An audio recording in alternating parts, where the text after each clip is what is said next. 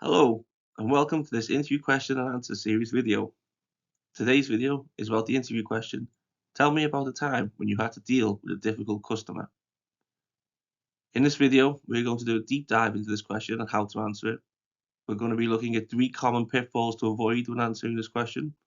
We're going to be looking at how to pick the perfect example to use in your answer. Plus, we're going to walk through a real example answer that you can tailor to your needs. First up though, we're going to look at the best way to structure your answer. This involves a simple 5-step technique that will give you the perfect answer first time, every time. If you aren't bothered about any of that other stuff I just mentioned and just want to see the example answer, then there's a timestamp link to be found in the description notes. Also in the description notes is a link to an article on this topic, should you wish to read instead of listening to my voice. Other than that, let's crack on.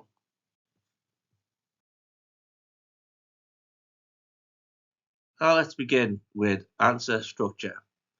These type of questions, often called competency-based questions, are all about sharing your experience with the interviewer.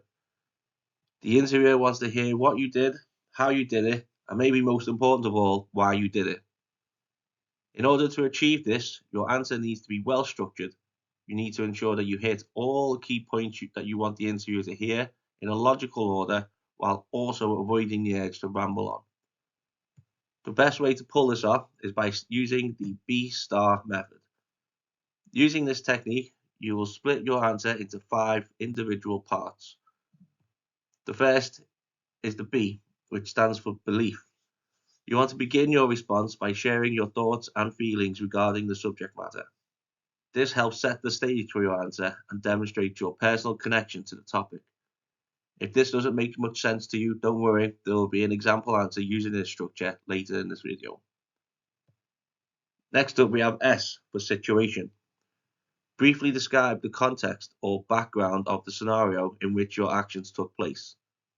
This provides the interviewer with an understanding of the circumstances surrounding your experience. Remember, it's essential to keep this part concise, as the primary focus should be on your actions and the results. Just giving the interviewer the quick who, what, where, when, and why. Following the situation, we have T for task. Explain your specific role and responsibilities in the situation. By doing this, you highlight what you were entrusted with in your previous roles and also lets the interviewer understand what expectations were made of you within the situation at hand. Up next, we have the most important section, and that is A for action, or activity if you prefer. Describe the steps you took to achieve the desired outcome and explain the rationale behind your actions. This part of your answer should be the most detailed, as it illustrates your problem-solving abilities, relevant skills, and adaptability in handling challenges. And finally, we have R for the results. Conclude your response with the results of your actions, using figures or quantifiable outcomes whenever possible. This will demonstrate to the interviewer the impact of your efforts and your ability to deliver tangible results in your role. This is also where you could share any lessons you learned from the experience.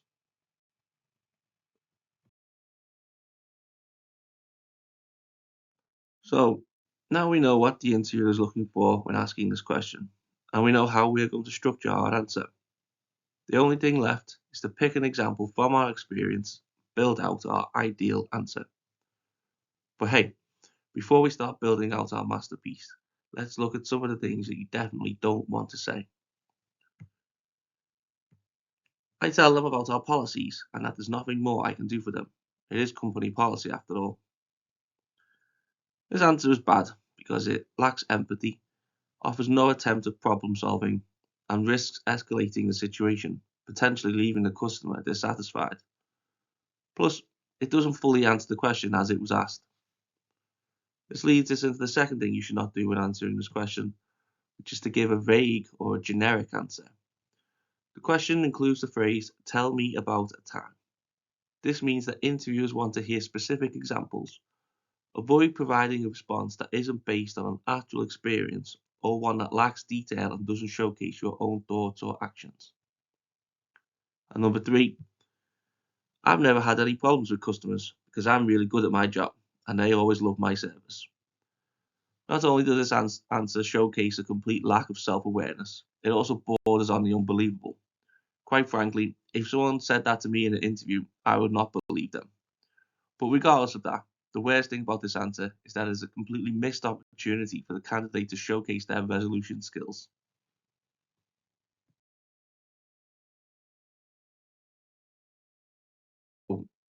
We've explored how to construct our response, and we have also looked at pitfalls to avoid when answering this question. Next, let's delve into selecting the most effective example to use in our answer. Think about the following points when you're coming up with stories from your experience to tell the interviewer. The first thing your answer should have is a positive outcome. Choose an example that can only be described as a success driven by you and one which you can use to showcase the benefits of your actions. This is not to say you can't have taken lessons away from the venture, and it is always good to talk about how you would improve upon your actions in the future. But the underlying situation should be resolved successfully when you are outlining your answer. The second thing your example should be is relevant to the job you are applying for. Choose an example that is closely related to the job that you are applying for. An example that is from the same industry or sector would be the most preferable. A good trick here would be to learn what upcoming work your new team has in the pipeline and use examples from your past that are relevant to that work. And finally, your example should represent a challenge. Look for examples where you faced a significant challenge or problem and were able to resolve it effectively. Put simply, you're trying to impress the interviewer. Make sure your example isn't some run-of-the-mill situation that anybody could have fixed. Pick an example which shows that only you had the skills or know-how to get the job done. Now, let's see the B-Star technique in action with an example. The question being answered is, tell me about a time when you had to deal with a difficult customer. I've always believed that every customer interaction, especially challenging ones, is an opportunity to strengthen the company's relationship with its clientele.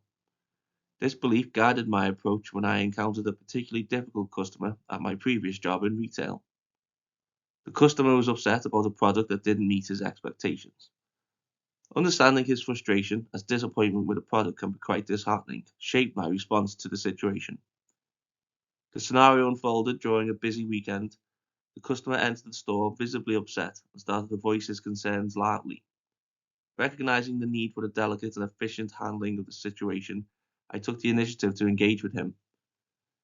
As a senior staff member present, my role was to manage the situation and ensure the customer felt heard and valued.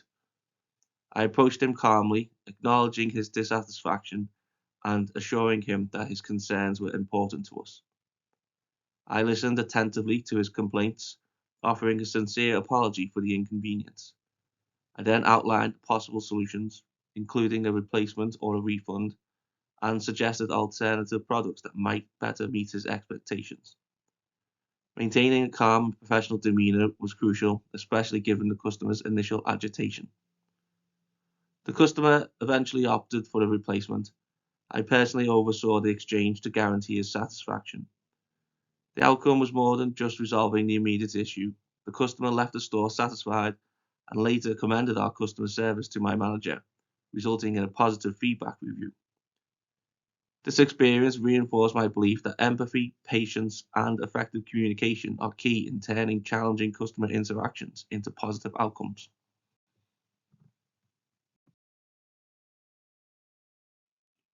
Alright then, that wraps up our analysis of this interview question. I hope by watching this video you'll be more prepared for this question the next time you are asked.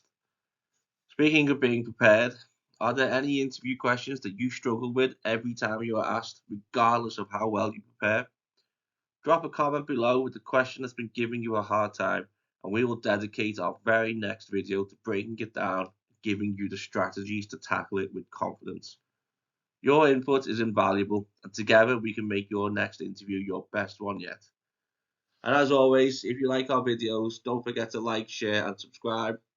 And until next time, keep practicing, stay positive. Your dream job is just around the corner. Take care.